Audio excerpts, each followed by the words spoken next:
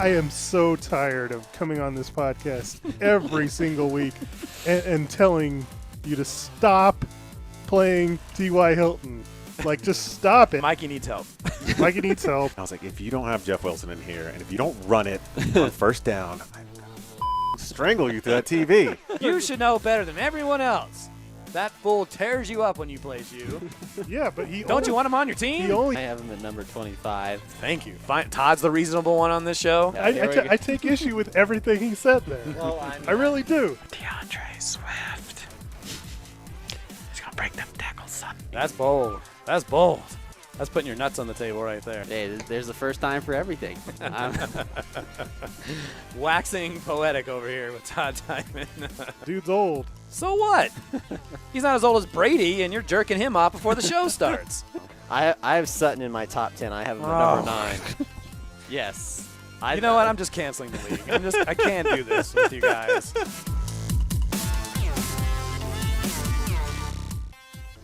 All right, the regular season is over. All 6 spots have been claimed. The seeding has been determined, and we are ready to roll for the 2022 MHA playoffs. You, of course, are listening to the MHA podcast. Yours truly, the Lemonheads with the 5th seed, Mikey Renault with the 1st seed, and Todd Diamond with the 2nd overall pick in next year's draft. How is everyone doing this Tuesday night? Woo! Number 2 overall pick. Can't mess this up, right? Probably will mess it up, but cool. I love the enthusiasm. Last time we were on the podcast, we were on pins and needles to see if Aaron Judge would be a Yankee, and he is a Yankee for what, the next 10 years? Is that right? 9 years. 9 years. Now, how excited are you? Thrilled with this? I know this is fantasy football, but, you haven't had a lot of things to cheer about in fantasy football-wise, so I'll let you be excited for Aaron Judge. You don't have to trade in that jersey. No, I do not. I'm so excited about that now, and now I can go buy tickets now because the Yankees come here next year, so I will be buying my tickets for that. So I'm excited about that. But at the beginning of all this, he said he wanted to be a Yankee for life, and that's awesome to hear because nowadays, with players, most players, they just want their money, and you can't knock him for that. But he wanted to be a Yankee for life, and it stamps it now that he's going to be a Yankee for life. If he wins us a World Series, number retired and number retired Hall of Fame, because that's how good of a player he really is. And I don't say that. I don't really say that a lot about a lot of players. I know the Yankees have a lot of them. I get it, but Aaron Judge, at least that I've seen, he has proven it, and I'm excited about that. So here's to maybe a World Series next year, and we beat those cheating ass Astros. Mikey, how we feeling? You haven't had too much to worry about fantasy football wise. You got the number 1 seed, and you feeling good. You don't have to sweat it. You're gonna watch some of us sweat it out this week. But how are you feeling these days? I'm chill, but I started feeling a little bit of pressure because I started thinking about, how being 12-2 and winning 7 straight, I'm playing the role. When's it gonna explode? Well, no, I'm playing the favorite. How much would it suck, after all that to lose, next week lose in your first round? To me, it's just I got to finish the job. That's the way I'm looking at it. I think and we'll talk about it here in a second, but the Lion Rip 72 points kind of is eye-opening and kind of startling that a bad week happens no matter what team you're putting out there. You could have all the best matchups and everybody's healthy, and then 72 points. So maybe it kind of wakes you up a little bit, like anything could happen. So be ready to roll. All right, let's get on. What are we going to talk about on this show? Well, of course, we're going to talk about some news and notes. Mikey's got a spreadsheet he's going to kind of talk about with us today. We're also going to, of course, recap what took place week 14 and how all the playoff spots got determined and put in place. We'll talk about the stars, the duds, and, of course, we'll kind of talk about the matchups in the first round of the MHA playoffs. Let's start off with the news. Well, This reporter was possibly a little hasty earlier. Would like to reaffirm his allegiance to this country and its human president. May not be perfect, but it's still the best government we have. For now. And if I missed anything, let me know. But I tried to keep this as fantasy relevant to our league as much as possible. One of the big names, Deebo Samuel for the Gonzo Cats. High ankle sprain, 3 to 4 weeks, which is actually not bad considering how serious it looked, how upset he was when he was being carted off. But he'll probably be out for the rest of the fantasy playoffs. So those Gonzo Cats going to have to find perhaps another wide receiver or flex option during the postseason run. Speaking of injuries affecting the Gonzo Cats, Cowboys tackle Terrence Steele tears his ACL. He's out for the year. So on that Cowboys offensive line, the Pollen's team has Tony Pollard. So we'll see if that affects anything going forward. Christian McCaffrey dealing with a knee issue, limited in practice. He should be fine. We've seen these knee irritations before, but something to think about as Christian McCaffrey has been killing it the last few weeks. Kyler Murray tore his ACL in the very early stages of that Monday night game, which makes Kilgore Trout's decision very easy as he goes with Kirk Cousins the rest of the way. I don't know how much that was a decision for him between Murray and Cousins, but now he's got to roll with Cousins unless he wants to pick someone up off the free agency pool. Belt Sanders, Jeff Wilson Jr. Did not practice Tuesday for the Dolphins, bothered by a hip issue. Raheem Mostert could eat up all the carries next week. It is early as it's Tuesday night, but something to keep an eye on for the Belt Sanders, who has to play this week. Mike White got hit over and over and over by the Bills defense. He's dealing with a rib issue. I don't know why that one matters in fantasy, but I put it on there just because, man, that dude got just tore up.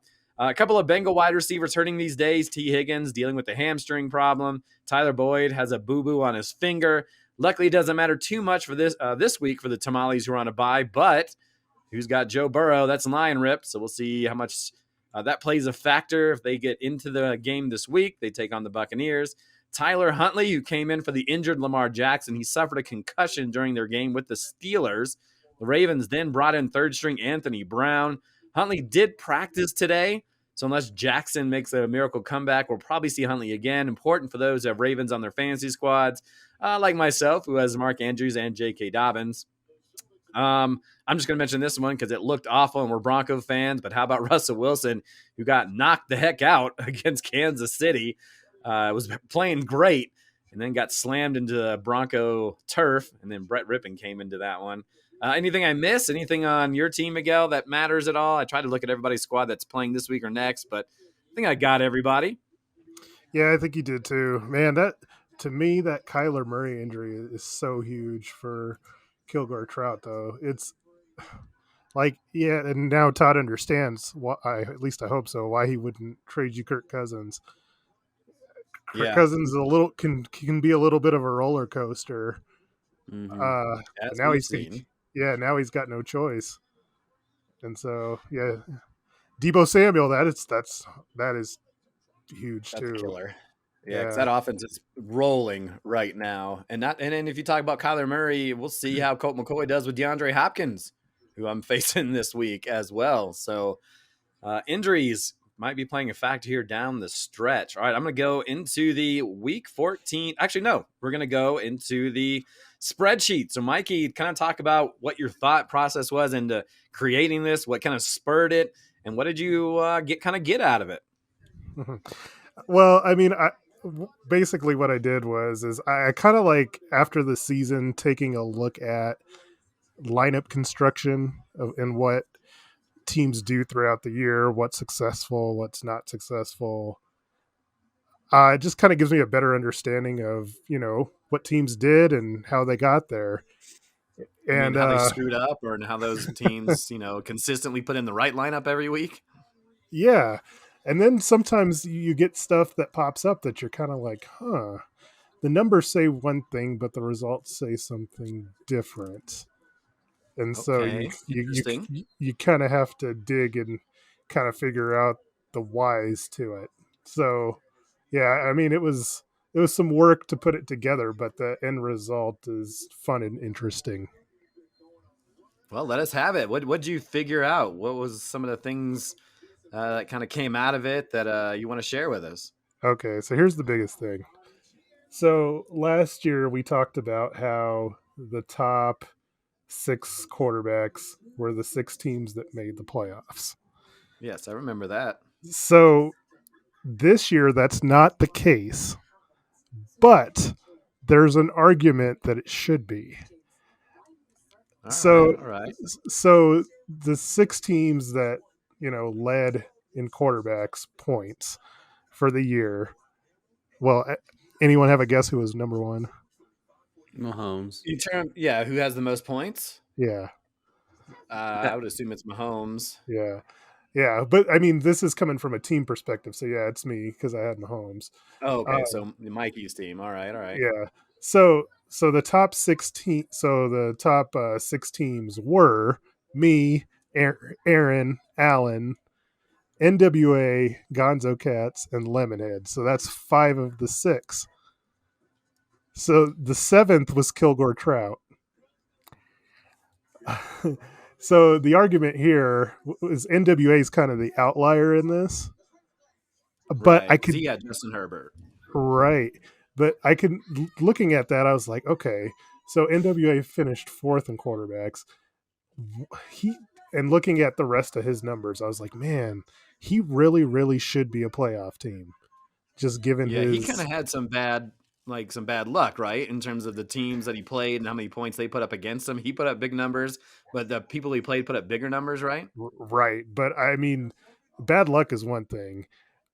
I like realizing like how bad of luck he had was what was incredible, and this is it's just an unbelievable number.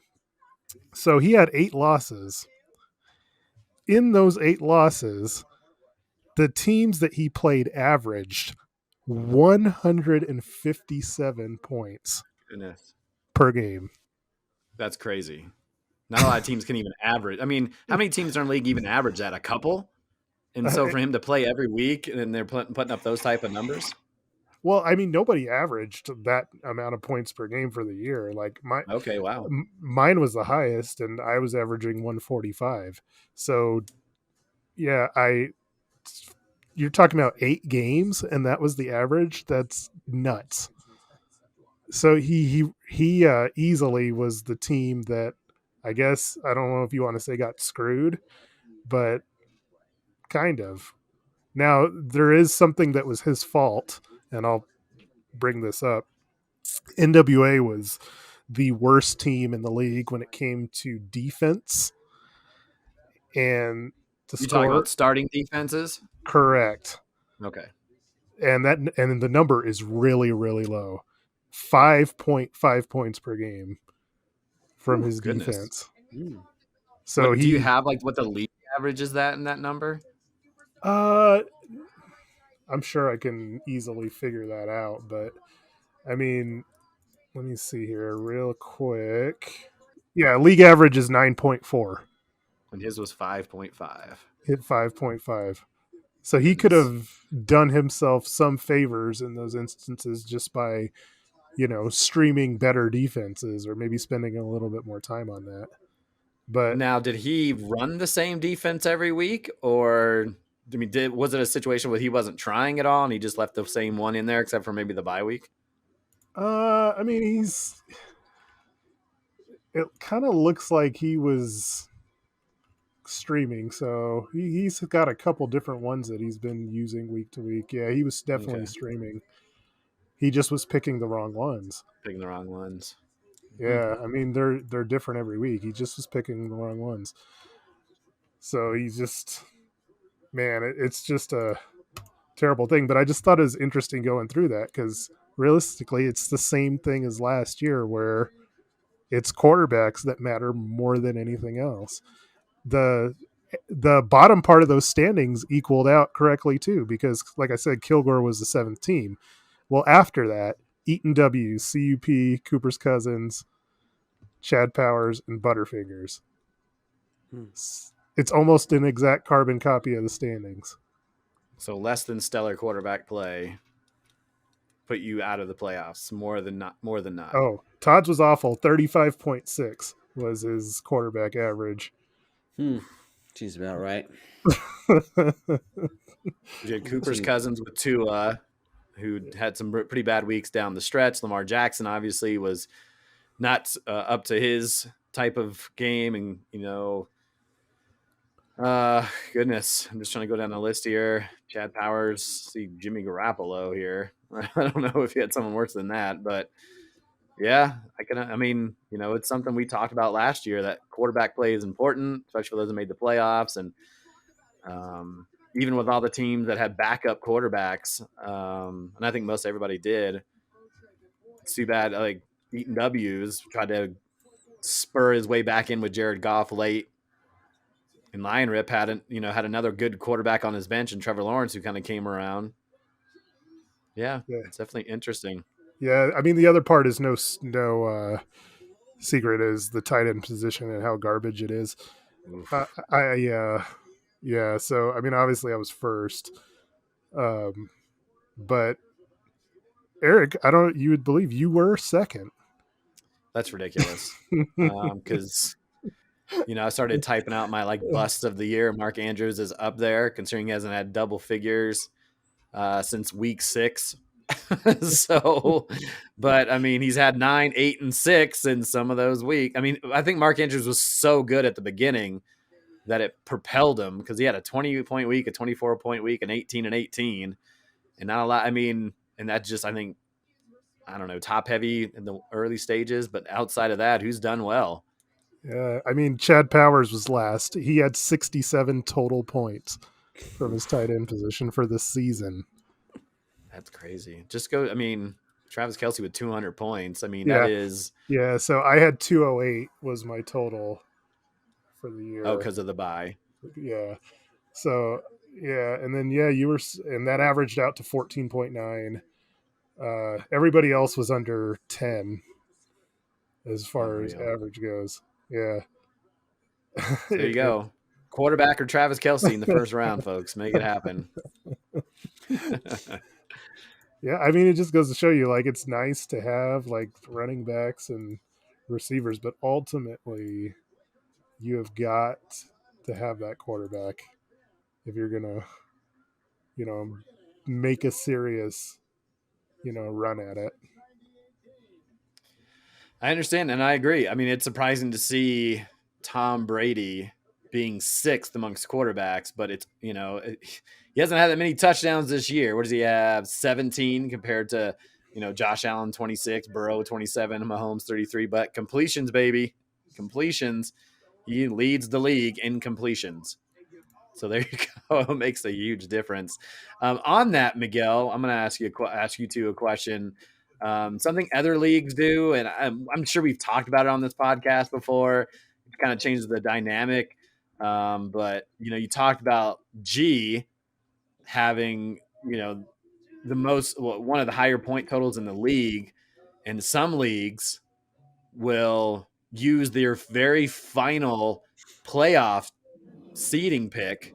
So if we have 6 teams in the playoffs, the 6th seed is not the team with the 6th best record. It's the team with the highest points, not amongst the top 5 teams, if that makes sense.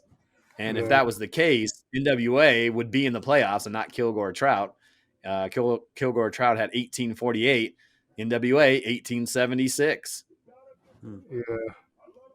So, I mean, that's not something that that's come up very often. I think for me, I haven't thought about this too much, but it's about winning the week, but it's also scoring points. In our league, if there's a tiebreaker to make the playoffs, it's points. And so it matters too. So yeah, I don't know. That's something that's interesting for sure, but I like it. Yeah. It just made me think it could have been any one of us in the playoffs that kind of got screwed by that. Oh, for sure. Yeah. It just happened. NWA has more points than me. Yeah. It just happened to be him, his team. He was the most points were scored on G than anyone else. 1938. And I'm trying to look through here quickly. The second most points looks like it was Cooper Cousins with 1,858. So 1938. I mean, that is a ton. And so, I mean, just looking over, his his opponent's score. He gave up 168, 160. These are all in losses. 168, 166, 158, 196, 132, 132, 151, 154. Right. And so Yikes. just in comparison, and this will disgust you even more, but so I mentioned 157 was that average in the 8 losses. So just to reverse, Allen had 8 wins, and he averaged this would be good. he averaged 128 in those 8 wins. So Jeez. I think G is just like throwing up now after hearing that stat. Wow. Yeah. Anything else about that, Miguel? I thought that was great work. I always like going in depth and looking at stuff like that. I mean, it's just really interesting. Not to beat a dead horse, but Todd finished last in quarterbacks. He was also last in wide receivers. I mean, that's just not,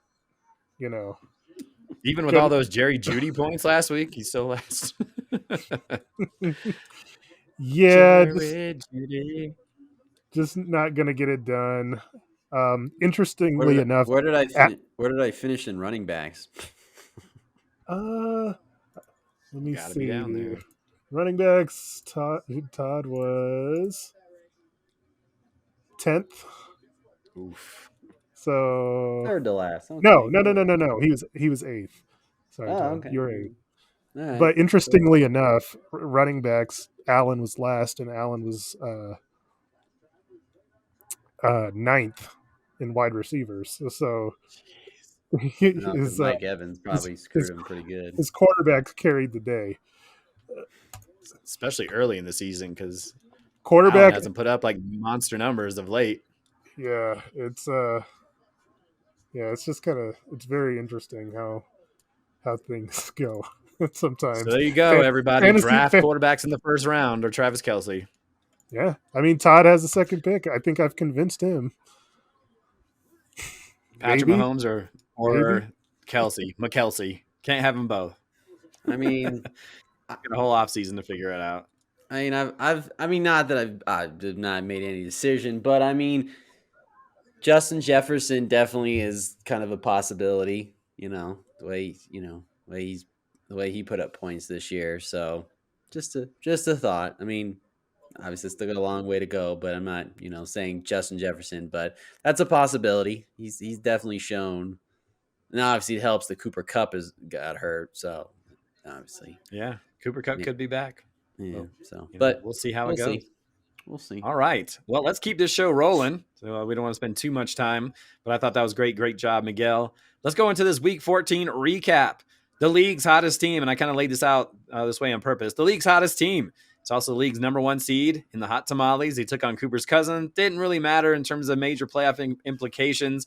Mikey's squad made it 7 straight, defeating them by a final of 134-82 outside of a major 26 points from Jerick McKinnon. There's not much to speak from Dylan's squad. Tua, another below average performance, just 23. For the Tamales, 54 points from Patrick Mahomes, 20 from Eckler. Tyler Lockett in double figures once again. Same old. Mikey putting up big points and coming out with the win. Coming into this weekend, the Belt Sanders had the 2nd seed and needed to win to keep that 2nd seed and earn that other first-round bye. They took on the Butterfingers, who needed to win to try to avoid finishing dead last in 2022. Jerry Jeudy finally came ready to play on NFL Sunday and had his best day as a pro, scoring a whopping 29 points, scoring 3 touchdowns. Todd's squad picks up Jets quarterback Mike White for week 4 that week, and he actually matched Josh Allen's 37. So the Butterfingers pull off the 120-97 upset over the number 2 seed, Belt Sanders. Todd, do you want to mention anything real quick about your matchup? Get the ball to Jerry Jeudy. See what happens. See you get Jerry Jeudy the ball. He scores 3 touchdowns. That's all I got to say. All right, we can move on. Let me just say that I'm happy that you played him and he scored that many, because if he was on your bench and you didn't play him, I can only imagine the repercussions coming out of your mouth. Oh yeah, there would have been. You would have had to definitely. You definitely be doing a lot of editing. There had been a lot of F bombs and S bombs, and a lot of MF bombs and all that in there. So yeah, some degree I would have just kept them all in there, just like, all right, here's Todd's rant, and boom, here you go. But yeah, I'm glad I played him. I said at this point, what do I have to lose? I'm done. Season's over. You're So not dead last. I'm not dead last. That's So exactly. So, but like, I'm just you did not glad. finish dead last. Just glad at the end of the day, like I said, that you any way possible, you get Jerry Jeudy the ball, and look at what happens. He goes, this is the Jerry Jeudy we all envisioned when we drafted him back in 2020. So that's what I'm happy about. Sure. That. Did they win the game? They did not win the game, It but may not matter after all. So we'll just keep it going here. So a win from Lion Rip could put them into the 2nd seed to snag that bye. They faced off against the Chad Powers fan club. Easy win, right? But unfortunately, no. It was perhaps the worst showing by Aaron's squad in quite a while. Just 72 total points. Their triple threat wide receiver core of Devontae Adams, Stephon Diggs, and DeAndre Hopkins combined for a mere 18 points. And their running back duo of Devin Singletary and Travis Etienne could only muster up 7 combined points. For Miles' team, James Conner, 21 points. And Juju Smith-Schuster gave the Denver defense fits, tallying 18. So despite the 0 points from DJ Dallas, the Chad Powers fan club joins the Butterfingers in taking down one of the MHA Giants by a final of 109-72. So that left things open for yours truly, the Lemonheads. You only needed to defeat the NWA for their chances to secure that all-important 2nd seed. Justin Jefferson was money again, 22 points, and that was without a touchdown. That Keenan Allen trade seems to be working out as well. As Allen scored 16 points. That's 3 straight weeks in double figures for the Chargers wide receiver. And even Tom Brady was respectable for 46 points, but it was all for naught. The NWA got big days from Justin Herbert, 59, 20 from Tyreek Hill, who I'm excited not to see in the playoffs, and 27 from Miles Sanders. G's group scored 163 to end the Lemonheads' hopes of securing that bye, beating them by 35 points. So who's going to get that bye? Well, the Gonzo Cats. And Eaton W's battling for a lot at stake. Eaton W is just trying to get into the playoffs and would grab that final 6 spot with a win. The Gonzo Cats could get that 2nd seed with a win. They opened things up with an incredible start from Pollen Squad, who was quickly piling up the points. Of course, Jalen Hurts and Devonta Smith, huge. Dalvin Cook got a touchdown early. Tony Pollard scored twice. And even his tight end scored a touchdown. Kevin letting the world know he wasn't that he was incredibly concerned through the message board. He, of course, picked up some amazing points from Jared Goff, 50, I think it was 60 points. Was the final. Derrick Henry got loose in this one. He scored 18, and his ridiculous pickup of Titans tight end Okonkwo filled up the stat sheet with 16. I don't know why he picked him up, but it worked out wonders. Deontay Johnson also scored double figures for the first time since week 3. It was close for a while, but the Gonzo Cats scored 10 touchdowns. 8 of his 9 players had 10 or more. They win 162-137, thus ending Kevin's hopes of earning the final playoff spot. And Gonzo Cats picking up the 2nd seed and will not have to worry in week 1 of the playoffs. So, who will stand tall and swipe up that 6th seed? Sitting there for the taking. It came down to the matchup of the week in Kilgore Trout and Notorious CUP. The winner would be in the MHA playoffs. Joe's team got major outputs from Kirk Cousins, who has literally been off and on the last 4 weeks, came through with flying colors at home. 60 points for the Vikings quarterback, 425 yards and 2 passing TDs, and probably even more impressive, 31 points from Evan Engram. Where did that come from? By far his best game of the season and maybe his career. 11 receptions, 162 yards and 2 scores. And for the 2nd week in a row, Christian McCaffrey reaching at least 20 points. CUP tried to keep pace, a respectable 47 from Geno Smith, 21 from Jamar Chase, who looks to be all the way back. But some putrid days from DeAndre Swift and 0 from DJ Moore. Kind of fitting on how that ended for DJ Moore. Kilgore Trout roars to 171 points to just 126 from CUP. Thus, Joe is going to the playoffs as the 6th seed, while Quayne, well, he'll start thinking about next season. A fun week of football for sure. Mikey, I didn't see any does of the week. Yeah, it was a blowout. Yeah, again, a lot of blowouts. It was kind of difficult to really find anything. I mean, I don't think there Yeah, is any. I I didn't have tried to any do the either. math. I even like even myself, who had maybe like 3 guys on my bench that I could have switched, and that wasn't enough to win. Yeah. So no one gets it. I think everybody did great. Yeah. Even Todd put in Jerry Jeudy for some reason, and he scored 29 points. Everybody picked the right guys. Yay. All right. Let's talk about some stars of the week. The cream of the crop. Nobody does it better. Todd, we'll start with you. What the hell? Jerry Jeudy. 3 Oh, touchdowns. what? Why He's a not? star of the week. You lost. Well, no, I guess you won. He I won. won. Go ahead. You can have him. That's all right. I'll let you have him. Thank you. No, it's awesome. No, Jerry, like I said, it's awesome. I gotta have one. Like that's the Jerry Jeudy I was hoping to have all season long. 29 points a game. But he balled out this past Sunday. So Well, for Broncos fans' sake, I hope it wakes him up or rejuvenates him or confidence building. I would love to see him become elite. what? Yes. Premier. And just kind of a side note. Speaking of, we're hoping that Jerry Jeudy, we hope he becomes elite and becomes the first round pick that we all hoping that he would be. There is talks today that the Broncos might think about trading Sutton away, but we'll see. That would open more for Jerry Jeudy, but we'll see. That's weird. Yeah. Okay. Why you trade an injured guy? I have no idea.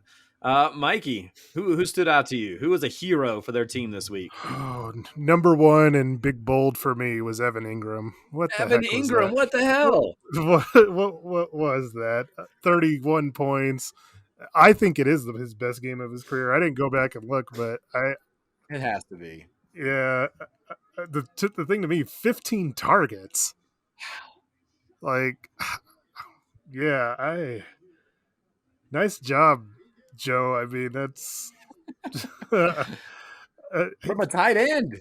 yeah. I mean, you talk about. I just got done talking about no one besides me averaged more than 10. I mean, if he won pretty handily, but that difference in the tight end, man, 31 points.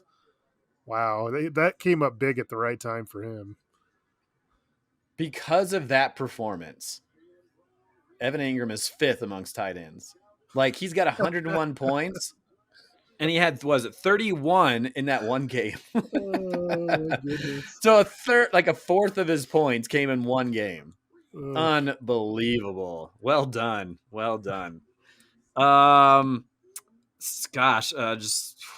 if we want to stick with Kilgore Trout as much as we, Kirk Cousins, how his season's kind of been off and on. Last week he had 33. 2 weeks ago, pretty good at 57. The week before that, 14.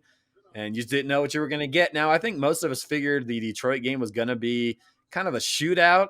And because it kind of went back and forth, it favored him in a big way. And so for Kirk Cousins, 60 points, that was big time. So a couple of players helping out. I mean, in a situation where it was win and in, lose and done, those guys came up big for Kilgore. And now with those guys, if they could do well going forward, that would be huge for him and Allen, who's got to play him in that first round. Todd, anybody else step up for you? I'm gonna go with. Granted, he won, but he's not going to the playoffs with G. But Miles effing Sanders, my God, where was this Miles Sanders last year when I needed him? I'll tell you where. Nowhere. 27 points. Granted, the Eagles, number one seed in the in the NFC, and the way they're going, looking like they're going to the Super Bowl. So I'll give it to Miles Sanders. They just keep handing him the ball. Even with Jalen Hurts on what he's been doing, but yeah, Miles Sanders. God, just give them all. See, isn't this a very simple concept for anything? Just give him the football. Just give him the football. Keep giving the football, and look at what happens. You get great results. I think it's the Jalen Hurts emergence, right? Everybody's focusing on him. He can throw the ball accurately. He can throw it downfield, and he can run. So that's going to take pressure off of those guys like Miles Sanders to be able to find some openings because they're not super focused on him. And he's, what is he? He's 3, 4, 5, 6, 7, 8. He's the number 8 running back on the season, 1,000 yards rushing and 11 touchdowns. I'm surprised his receiving numbers aren't that much, but you don't see that a lot from rushing quarterbacks. But Miles Sanders, number 1 scoring running back here in week 14. Mikey, who else stood out in this past weekend that really helped out? So I'm going to throw this one out there for Gonzo Cats because, and this is going to help him going forward with Deebo Samuel hurt, but Mike Williams.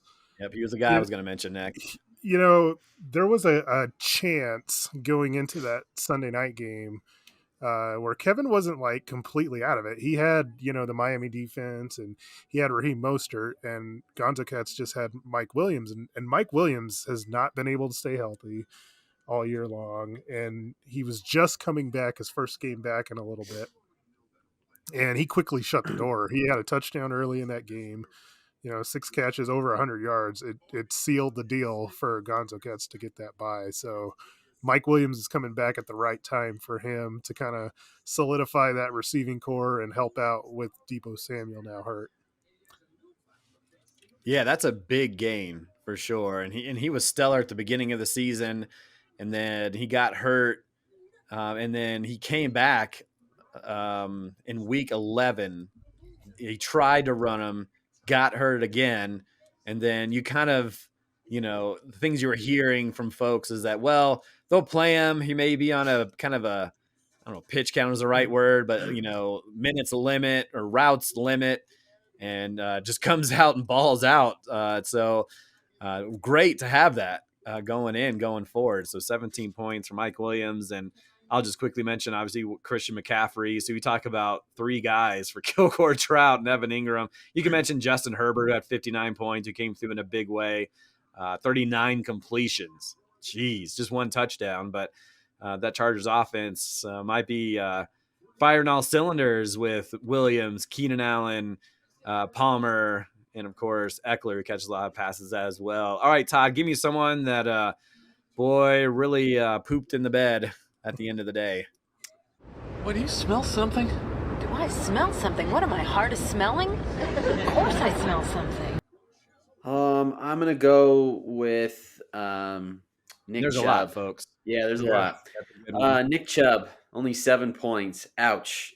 Not what you're really looking for. I mean, Nick Chubb, for the most part, this season has been on point. A lot of double digits points totals this season, but yeah, only 7. And when you needed it, only 7. Yikes. Not good. Only 34 yards rushing. Oof, not good. Yeah, considering against Cincinnati, the last time they faced each other, 25 points. Yeah, so not the stellar season where he had he had 1 game under 10 in his first, was it 1, 2, 3, 4, 5, 6, 7, 8. So in his first 9 games, just 1 game with 10 or less. And since then, it's been 4 games. It's been 3 out of 4 games where he's had less than 7, or less than 8, I should say. So I don't know if it's something he's wearing down or there's problems on the offensive line. Who knows what it could be. But yeah, Nick Chubb did not step up for eating W's when he needed him the most. The guy he traded for that kind of pushed him into kind of elite status early in the season. Mikey, who just really let their team down in week 14. Can I just say Lion Rip? I mean, yeah, no kidding. 72 points. We had a quarterback get 60. So here's the interesting part. I mean, and I'm sure Aaron is glad he got this out of the way. But yeah, I'm scared for my life next week after this performance. Joe Burrow, worst performance of the year. Stephon Diggs, worst performance of the year. DeAndre Hopkins, worst performance of the year. His kicker had his worst performance of the year. And then his defense, Devontae Adams and Devin Singletary, were all their second worst performances of the year. So, yeah, to have that all happen in 1 week in a game that he needed, that he could have gotten the bye with a win against the worst team in our league. Yeah. I have to give it to his entire team. Yeah, if there's a dough of the week, I mean, not that he made any moves wrong or anything, but that is just wild to see. I mean, you talked about the Dallas D, right? Who had to play Houston, who had been giving up just enormous amount of points. And Houston almost won the game, scored 23 points. So go figure that at the end of the day. Yeah, I mean, I had a couple of his guys on there as well. You could talk about Mike Evans, who could be in for dud of the year. I know we mentioned him quite a bit. Belt Sanders had quite a few players on his team as well. Mike Evans, 6 points. George Kittle, 5 points. Gabe Davis, 4 points. So more guys just not doing well. But somehow Allen can continue. Well, no, Allen didn't win this past weekend, but could have secured that second. All he needed to do was win. And those guys kind of let him down. Anybody else stand out to you, Todd?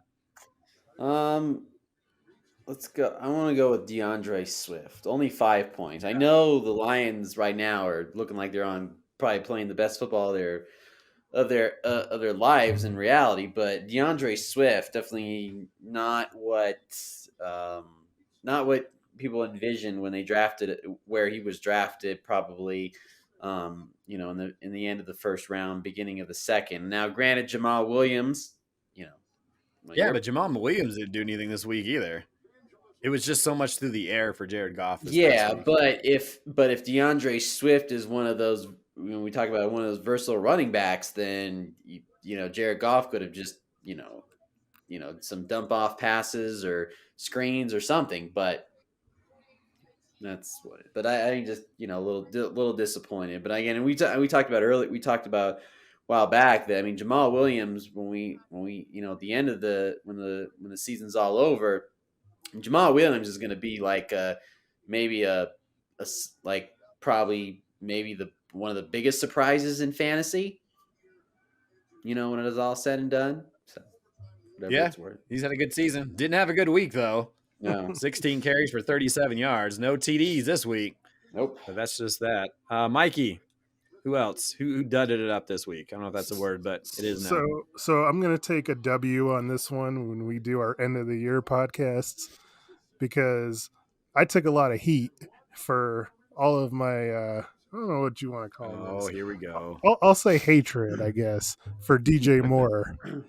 In a game that CP needed. Dude did not have a catch. He goose egged, and that was his 9th game under double digits this season. Goodness. So yeah, DJ Moore, folks. I don't think I was super high on him though. I don't think I was giving you heat. At least I don't think I was. I don't remember being super high on him because I just know how talented you did he is. You did give me heat, but because I had him so low in my rankings, because I believe I had him low 30s in my rankings, which I think I may have thought that was too low. Yeah, which that may end up being where he ends up. I don't know. We'll see. He's been pretty bad. He was drafted in the 4th round this year. And I was just looking over his numbers there. He's got a 5-point week, a 2, a 3, a 3, a 5, a 4, and then a big goose egg. And it's kind of fitting. I feel bad for CUP, but gosh, some of the guys that just failed him. You talk about DeAndre Swift as well, who, while Swift had a couple good weeks, but I don't think it was, he was a 1st round pick for CUP and it just didn't pan out for him. One last guy I'm going to mention before we move on here is Mark Andrews. Oh, yeah. He's one of these guys. I understand the state of tight end, and I was super high on him, and he was off to such a great start. And then he hasn't had double figures in a while. He hasn't had 65 yards in a while. And, and I get caught up in looking at what the experts have to say. And for me, I have Dalton Schultz on my bench, and he's had some good weeks and some bad, but obviously you should go with the offense that's better, that are scoring points. And not that it mattered for me this week, but I was like, man, I just put in Dalton Schultz. They're playing a good defense or a bad or it's a good matchup with Houston. He should get some run. He got 10 points, but then Mark Andrews, everybody just always puts him number 2 behind Kelsey. And I get the state of the world, but he's been so disappointing. Like every week I'm like, all right, it's Mark Andrews. He'll be fine. He'll give me 10 to 15. Even with the offense not doing well, they got to target him. And then all this talk about, especially the thing that Mikey said. He goes, well, he just did so well with Tyler Huntley last year. And he finally is then there, and he still doesn't do anything. I mean, he did drop a touchdown a couple weeks ago, but it's not what I envisioned it to kind of be. Okay, so those were the duds. Those were the stars. Let's go through this first round schedule, and I got some fun notes in here. So first round buys, Hot Tamales, they're 12-2, only team to reach 2,000 points. Congratulations, Miguel. Won 7 in a row. Gonzo Cats, also the 2 seed, 9-5, 1,795 points. They've won 2 in a row. Here are your first round matchups. The 3 seed, 8-5-1. Belt Sanders taking on the 6 seed of 6-6-2. The Kilgore, of course, Kilgore Trout. Regular season matchup. They tied in week 9, folks. So, Mikey, explain to people what the tiebreakers are. If you are tied in the playoffs, what are the tiebreakers? So the first tiebreaker goes to your head-to-head matchups in the regular season. So given that they tied, then it goes to the second tiebreaker, which goes to seed. So in that case, Belt Sanders would have the advantage. So my recommendation is don't tie. Especially for Kilgore Trout. If you're Belt Sanders, you're fine because you just get to move on. Just some fun notes. Last time Belt Sanders was even in the playoffs, 2015. So quite a bit of time there. He had Aaron Rodgers and Darren McFadden, good season, and Brandon Cooks, 9-touchdown season. Last time Belt Sanders won a playoff game, 2012. Beat Buck Nasty, then would beat Lion Rip, and then lost to CUP in the finals. I was looking back on the playoff matchups between these two just once in their entire career back in 2010. It was the actual 5th place game. So I don't know if that counts, but sure, that was last time. I think the only time they played each other in the playoffs, and that ended up being in favor of Belt Sanders, 106-83. The second first round matchup, 4-seeded 8-6 Lion Rip versus 5-seeded 8-6 Lemonheads. This is going to be wild. So that's why I was asking Mikey, because Aaron, his team name was not Lion Rip in year 1, and it wasn't Lion Rip in year 2 either, by the way. But I wanted to go back. I know I haven't done well against Aaron in the last few seasons. And let's start with this. I started what is the all-time playoff series between us? Well, we've played each other 4 times in the playoffs, and he is 3-1 against me. So I'm 1-3 against Aaron all time in the playoffs. 2020, he beat me 146-116. He beat me in 2018, 120-100. As a number 1 seed in 2011, he beat me in the semis, 178-153. The one time I did beat him in the playoffs in 2008, and that's the season I went on to win the championship. So I maybe want to go a little further and check out my all-time record against Lion Rip back from, this year all the way back to 2002. We played each other 34 times. My record against Aaron is his record against me, I should say, is 23-10-1. Aaron has beaten me 9 times in a row. Oh, man. Oh, Last time I beat Aaron was in 2016 in week 4. And the year I beat him was probably my worst season. I actually finished last that season, but I beat him that year. So that was my Super Bowl for 2016. But since then, he has won 9 straight. Last 10 years against Lion Rip, my record is 2-12 against him. Wow. So talk about an Achilles heel. Talk about a bad matchup. Aaron has owned my ass for pretty much the whole time we played each other. I've only had 3 years where I've won that season. So like a year where I went 2-0 or 1-0. But he has owned my ass for quite a while. So there you go. It'll be interesting to see how this matchup goes. Now, every year is different, right? I'm looking at the Week 15 matchup. It projects us both to have 131 points. What I have currently in there now, which should be fun, is Joe Burrow and Tom Brady play each other. Cincinnati and Tampa Bay go at it, so that might be fun on a Sunday afternoon. Justin Jefferson, Devontae Adams is a great matchup. Keenan Allen of late's been playing well against Stephon Diggs, so that could be good. As of now, one of the decisions I'm trying to decide is, do I play good old Kenneth Walker? Now, I feel like I have to play him. He is playing San Francisco, who does not give up much in the run game. But Kenneth Walker's kind of a difference maker. He can score 2 touchdowns, even if he doesn't get 100 yards, which he hasn't gotten in 4 games. He can score those touchdowns, even in this type of game where it might be all San Francisco. It's at least in Seattle, so maybe it's a game. That's a decision I have to make early because they play Thursday. So that's a tough one. Right now I have J.K. Dobbins in there. He played really well, and they play Cleveland, who gives up a ton of points. I have Dalton Schultz in my lineup instead of Mark Andrews because the upside's not there, where, I think there'll be a lot of points scored in that Jacksonville-Dallas game. Joe Mixon I feel good about. We'll see who he runs. Now, that he could be running good old Taysom Hill, the cheat code, and that could work out well for him. So that makes me nervous a little bit. Of course, Joe Burrow, his, Singletary was great before last week. So how am I feeling about this matchup? Mikey asked me this question before. I don't feel as bad as some of the matchups I've had with him in the past. I feel like it's going to be competitive. I think what it's going to come down to is that Cincinnati-Tampa game. And that's easy to say, but what I really want to get out of it is if those wide receivers are hurt and they run the ball, that's going to help me with Joe Mixon. That's going to keep the ball out of Joe Burrow's hands. And even if the Bengals get up in this game, Tom Brady's going to be throwing. It's going to be a little bit more of an easier matchup than it was last week when they played San Francisco. And so even if he's playing from behind, he's going to rack up those completions. So I don't feel terrible, but because, I like my wide receivers against his wide receivers. I like Joe Mixon against DeAndre Hopkins currently in the flex. And if my running backs can outscore his running backs, so Singletary and ETN, I'd be in good shape. So we'll kind of see how it goes. Any thoughts? You guys want to give me your thoughts on the matchup? Well, here's a couple things that I know. Number one, you're not running the Vegas defense. That's probably true.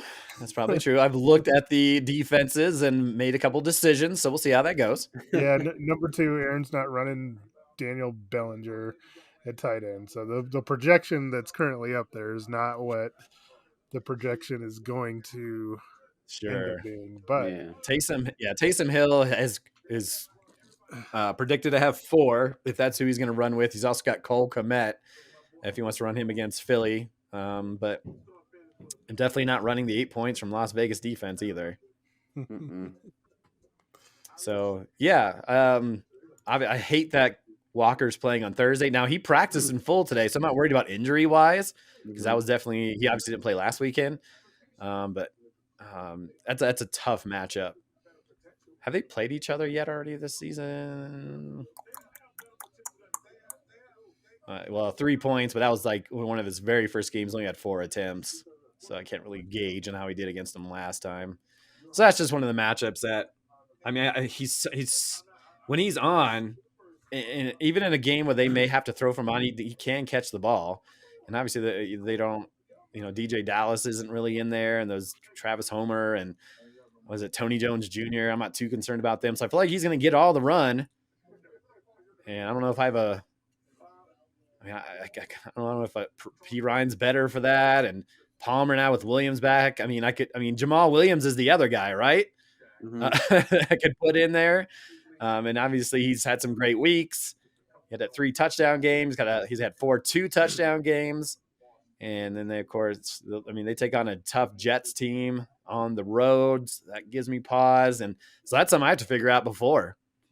Yeah, but I feel like Walker's in there for the time being. Maybe I'm an idiot, but that's how I'm rolling right now. Yeah, what I like is there's a lot of Saturday fun in this matchup. Yes. Justin Jefferson in the morning. Oh joy. He's got a couple guys in that, Buffalo Miami game at night on Saturday. Should be fun. I'm looking forward to this one more than anything for this Brady Burrow thing, because it's almost going to be like on Sunday, forget the Bronco game and the stupid Brett Rippon versus Colt McCoy crap. No kidding. This is all about this Cincinnati-Tampa, showdown. Yes, it is. It comes all down to this. Should be fun. Should be exciting. Just the last thing for those out there in the playoffs here, the lowest seed from the first round winners will take on the Tamale. So it's not a bracket. So if Kilgore Trout wins, they automatically take on the Hot Tamales. If they lose and I win, then I will take on the Hot Tamales. So just a heads up. That's how it's going to work and going forward in case there's any questions. So which is fun because if Joe wins, he's always said that I'm his, I'm his kryptonite, which I guess this year was Yeah. true. I beat him twice. Yeah, there you go. So you never know. See what happens. I think their matchup's going to be fun too. Just both of these matchups are going to be fun, and see what happens. Yeah, we'll see how Josh Allen does against Miami. It's supposed to be like 31 degrees with some snow, so we'll see how much that plays a factor in anybody that has Bills out there. I would love to help him with some Mike Evans stuff, but that hasn't been great. But Joe's going to kind of know a lot tomorrow. I mean, Christian McCaffrey's going, and then all those 49er dudes that Allen has, like, there's going to be there's a lot going on for that Thursday night game for them. Yeah. Yeah. Oh my gosh. Yeah, especially with Belt Sanders and his love for the 49ers. Oh my gosh. San Francisco defense, Gould, Kittle, then of course Ayuk as well. Yeah. Wow. And then McCaffrey for Kilgore. Yeah, Thursday night's gonna be big deal. Big deal. Fun stuff. I love the playoffs. One last thing before we get out of here, I just want to give, because I know Aaron listens to our podcast, but Aaron is graduating from college on Friday. So yeah, Aaron, congratulations. I mean, I live with Aaron, so I see his struggles and for those who went to college, they understand the grind. Most of these guys in this podcast league, we went to college together and did the thing together. So it's tough, and Aaron's got a kid and trying to fight through that. So I know the struggles firsthand. He was, especially during COVID, when he was down here with me and doing everything online. So man, congratulations, Aaron. I know we're going to celebrate this weekend, and hopefully we're not celebrating with you beating me. But despite all that, man, we love you. You're our brother. We wish you congratulations, and you'll be out in the real world before you know it. So, guys, thanks for coming on the podcast. Mikey gets to sit around. I got to sweat and battle. Todd, you could just kind of hang back and watch as the rest of us sweat. But thanks for all the MHA owners for tuning in to the MHA podcast. We'll see you next week.